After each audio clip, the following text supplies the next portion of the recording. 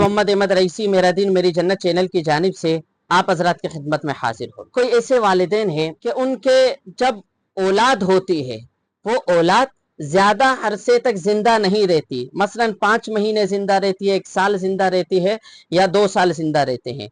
मुसलसल इसी तरह हो रहा है कि बच्चे पैदा हो रहे हैं लेकिन वो ज्यादा अरसा नहीं गुजार रहे हैं, वो फोत हो रहे हैं। अगर वो फोत नहीं हो रहे बल्कि वो जिंदा इस हैसियत से रह रहे हैं कि उनमें मर्ज बढ़ रहा है, बीमारी बढ़ रही है, मुसलसल वो बीमार हो रहे हैं, ये इलाज मुआलजा चल रहा है, अगर उसके बावजूद भी वो बच रहे हैं तो वो माजूर हो रहे हैं।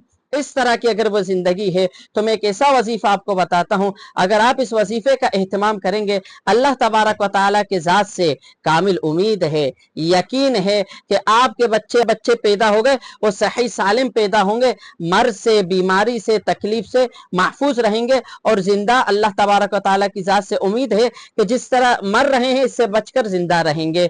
और वो वजीफा ये है वनज्जैनाहु व अहलहु मिनल कर्बिल अज़ीम, वनज्जैनाहु व अहलहु मिनल कर्बिल अज़ीम। अव्वल आखिर दुरूद शरीफ पढ़ के इस दुआ का एहतमाम करें, 21 दिन तक 11 मरतबा इसको पढ़ते रहे। अल्लाह तबारक व तआला के ज़ात से कामिल उम्मीद और यकीन है कि बच्चे महफूज रहेंगे, बीमारी से महफूज रहेंगे और जिंदा भी रहेंगे और इसके साथ साथ माजूरी से भी बच जाएंगे। इस तरह की अच्छी वीडियोस देखने के लिए हमारे फेसबुक पेज को फॉलो करो, हमारे यूट्यूब चैनल को सब्सक्राइब करें। जज़ाकल्लाह।